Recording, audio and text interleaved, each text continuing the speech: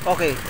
Karon po ay August 6, 2024. Ang oras ay 6:46 na ng umaga. Okay guys. Itong nakikita nyo guys.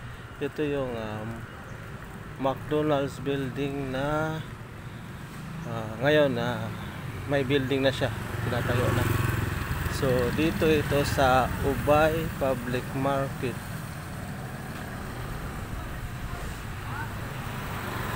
Ubay Public Market. Okay? Yan. So, ngayon, papunta naman ako ng Cebu. So, papunta naman ako ng Cebu.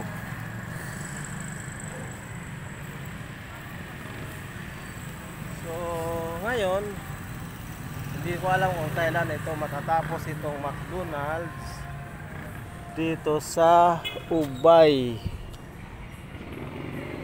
Yan.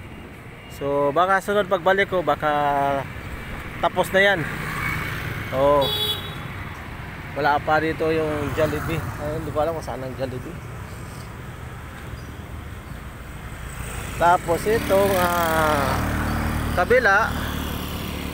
Yan yung pure gold. Pero hindi ko alam kung kailan ito magbubukas kasi tuwing punta ko dito mag isang taon na ako pero hindi pa rin natatapos paggawa itong pure gold na to.